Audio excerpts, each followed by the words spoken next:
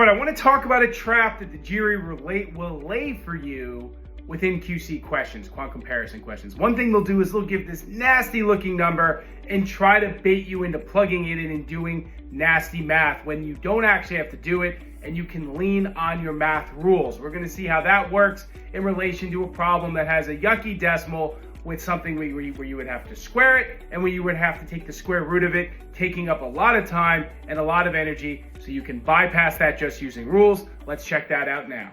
All right, once again, what do we have here in this QC question? A yucky number and an opportunity to plug it in and do yucky math. Now, should we do that? Well, my answer to that is no, we shouldn't. We should lean on our rules. Now, you might think we have to come up with a quantity because there's an actual numerical quantity in quantity A, but check this out.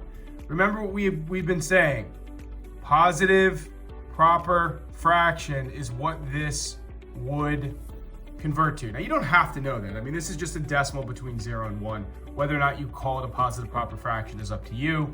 But what does that mean? Well, we're going to make that value x smaller by squaring it, because that's the rule. When we take the square root, it's going to become bigger, and then some smaller value in the bottom. Now, S stands for smaller, B for bigger. Well, what happens when x gets smaller, and then you subtract something bigger from it? You end up with a negative number in the top.